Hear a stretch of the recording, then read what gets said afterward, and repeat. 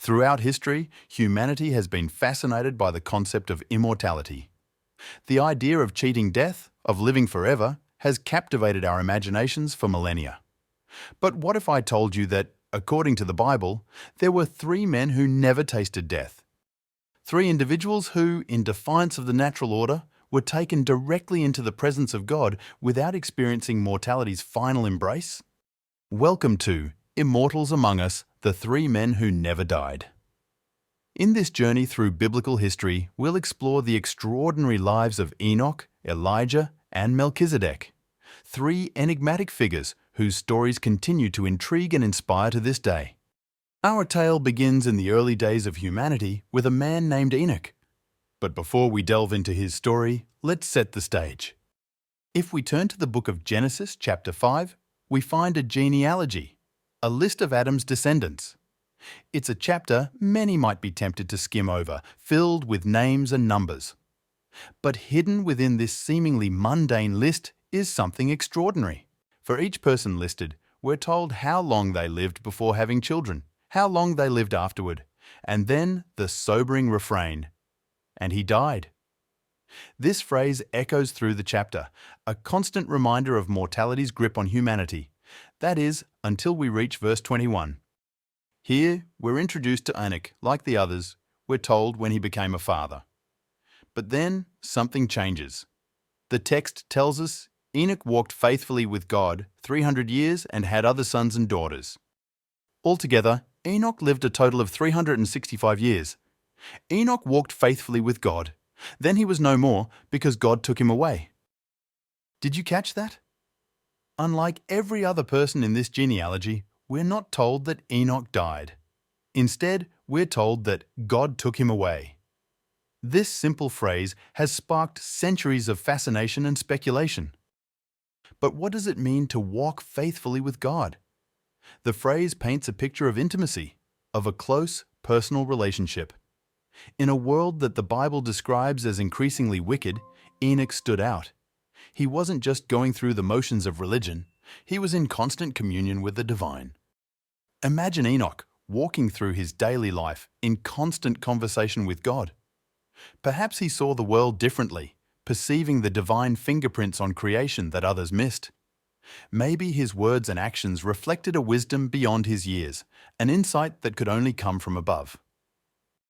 And then, one day, after 365 years, a number that intriguingly matches the days in a solar year, Enoch simply wasn't there anymore.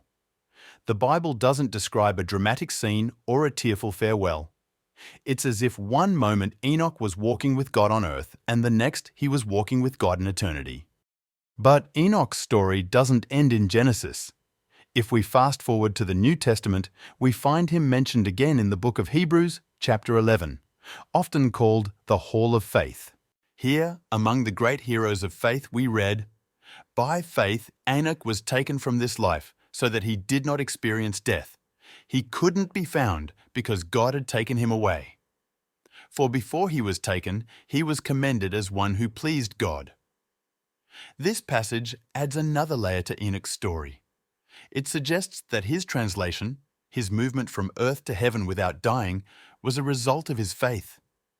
It was Enoch's trust in God, his unwavering belief, that led to this extraordinary outcome. But Enoch's influence doesn't stop there. In the brief New Testament book of Jude, we find a tantalizing reference to a prophecy of Enoch. This has led many scholars to believe that Enoch was not just a righteous man, but also a prophet, one who spoke God's words to his generation. And so, Enoch remains a figure of mystery and inspiration. A man who walked so closely with God that the boundary between earth and heaven, between mortal and immortal, seemed to blur. His story challenges us to consider, what would it look like to walk that closely with God in our own lives? But Enoch is not alone in his extraordinary departure from this world. Our next story takes us several generations later to the time of the divided kingdom of Israel. Here, we encounter one of the most dramatic and well-known prophets in the Bible, Elijah. Elijah bursts onto the scene in 1 Kings 17, declaring a drought on the land. From that moment on, his life is a whirlwind of confrontations, miracles, and divine encounters. He challenges the prophets of Baal on Mount Carmel, calling down fire from heaven. He outruns a chariot fueled by divine strength. He hears the still small voice of God on Mount Horeb. But it's Elijah's departure from this world that truly sets him apart. The story, found in 2 Kings chapter 2, is nothing short of spectacular. As Elijah's ministry draws to a close, he embarks on a final journey with his protege, Elisha. It's clear that something extraordinary is about to happen. The other prophets seem to know it too, repeatedly telling Elisha, "Do you know that the Lord is going to take your master from you today?" Finally, Elijah and Elisha reach the Jordan River. In a display of power reminiscent of Moses parting the Red Sea, Elijah strikes the water with his cloak and the river parts, allowing them to cross on dry ground. On the other side, Elijah turns to Elisha and asks what he can do for him before he's taken away. Elisha, showing both his ambition and his understanding of the moment's significance, asks for a double portion of Elijah's spirit. Elijah responds that this is a difficult request, but if Elisha sees him when he's taken away, it will be granted. And then, as they were walking along and talking together, suddenly a chariot of fire and horses of fire appeared and separated the two of them, and Elijah went up to heaven in a whirlwind. Can you imagine the scene? The sky split by fire, the rush of wind, the sight of Elijah being swept up into the heavens. It's a moment of such raw power and glory that it's almost beyond comprehension. Elisha's reaction captures the magnitude of the moment. He cries out, my father, the chariots and horsemen of Israel!" And then, in a gesture of mourning, he tears his clothes. But Elijah's story doesn't end there. In Jewish tradition, Elijah becomes a figure of hope and anticipation.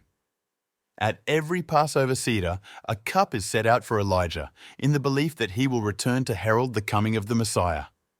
In the New Testament, we see this expectation reflected in the questions asked about John the Baptist. Could he be Elijah returned? And at the Transfiguration, when Jesus is revealed in glory to Peter, James, and John, who appears with him but Moses and Elijah. Elijah's departure, like Enoch's, blurs the line between heaven and earth. It speaks to a reality beyond what we can see and touch, a realm where the laws of nature bend to the will of God. But our story isn't complete yet. There's one more figure we need to explore, perhaps the most mysterious of all: Melchizedek. Melchizedek appears in the Bible like a shooting star, brilliant, brief, and bewildering. His story is found in Genesis 14, in the midst of an account of warfare and rescue. Abram, later renamed Abraham, has just rescued his nephew Lot from captivity. As he returns victorious, he's met by 2 kings. The first is the king of Sodom, who offers Abram the spoils of war. But before Abram can respond, another figure steps onto the stage. Then Melchizedek, king of Salem, brought out bread and wine. He was priest of God Most High, and he blessed Abram, saying, "Blessed be Abram by God Most High, creator of heaven and earth. And praise be to God Most High, who delivered your enemies into your hand." Then Abram gave him 1/10 of everything. And just like that, Melchizedek disappears from the narrative. We're left with a host of questions. Who is this Melchizedek? Where did he come from? How is he both a king and a priest? And why does Abram, the man chosen by God to be the father of many nations, give him a tithe? The name Melchizedek itself is intriguing. In Hebrew, it means king of righteousness, and he's identified as the king of Salem, which many scholars believe refers to Jerusalem.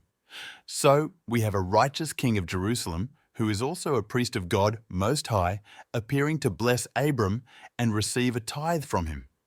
But it's not until we reach the New Testament that we begin to understand the full significance of this enigmatic figure. In the book of Hebrews, the author draws a parallel between Melchizedek and Jesus Christ. In Hebrews 7, we read, "This Melchizedek was king of Salem and priest of God Most High." He met Abraham returning from the defeat of the kings and blessed him, and Abraham gave him a tenth of everything. First, the name Melchizedek means king of righteousness. Then also, king of Salem means king of peace.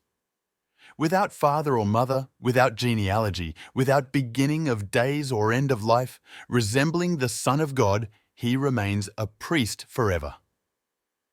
This passage paints Melchizedek as a type of Christ, a foreshadowing of the eternal priesthood of Jesus.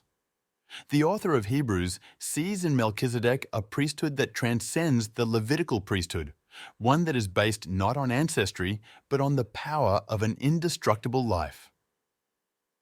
The phrase, without beginning of days or end of life, has led many to speculate about Melchizedek's nature. Was he a supernatural being, an appearance of Christ himself in the Old Testament? Or is this simply a poetic way of saying that his priesthood was not based on genealogy, as the Levitical priesthood was? Whatever the case, Melchizedek stands as a figure of mystery and significance. His brief appearance in Genesis, coupled with the theological weight given to him in Hebrews, makes him a subject of fascination for biblical scholars and believers alike. And so, we have our three men who never died: Enoch, who walked with God and was no more; Elijah, who ascended to heaven in a whirlwind; and Melchizedek, whose life and priesthood seem to transcend time itself. But what do these stories mean for us today? Why do they continue to captivate our imaginations and stir our hearts? Perhaps it's because they speak to a deep longing within us, a longing for something beyond this mortal life. They hint at a reality where death is not the end, where the boundary between heaven and earth is not as fixed as we might think. Enoch's story challenges us to consider what it means to truly walk with God. In a world full of distractions and competing priorities, can we cultivate that kind of intimate, ongoing relationship with the divine? Elijah's dramatic departure reminds us that God can break into our world in unexpected and awe-inspiring ways. It encourages us to live with a sense of anticipation, always ready for God to move. And Melchizedek? His mysterious appearance and eternal priesthood point us toward Jesus, the ultimate high priest who bridges the gap between God and humanity. These stories stretch our understanding of what's possible. They remind us that the God of the Bible is not bound by the laws of nature or the limitations of our understanding. They invite us to expand our vision, to look beyond the immediate and tangible to the eternal and transcendent. But perhaps most importantly, these accounts of men who never died serve as a powerful reminder that death is not the end of the story. For those who walk with God, like Enoch, for those who serve Him faithfully, like Elijah, for those who foreshadow the eternal priesthood of Christ, like Melchizedek, there is a reality beyond death. In the Christian tradition, this hope finds its ultimate fulfillment in Jesus Christ, who conquered death and promised eternal life to those who believe in Him. The stories of Enoch, Elijah, and Melchizedek serve as signposts pointing toward this greater hope. As we close our exploration of these three extraordinary lives, let's allow their stories to challenge and inspire us. May we, like Enoch, learn to walk closely with God in our daily lives. May we, like Elijah, be ready for God to move in powerful ways. And may we, like Melchizedek, point others toward the eternal priesthood of Christ. For in the end, these stories remind us that our lives are part of a larger narrative, a story that stretches beyond the boundaries of this world and into eternity. And in that story, death is not the final word. This has been Immortals Among Us, the three men who never died. Thank you for joining us on this journey through biblical history and mystery. Until next time, may you walk in the footsteps of these extraordinary men, ever mindful of the eternal perspective they represent.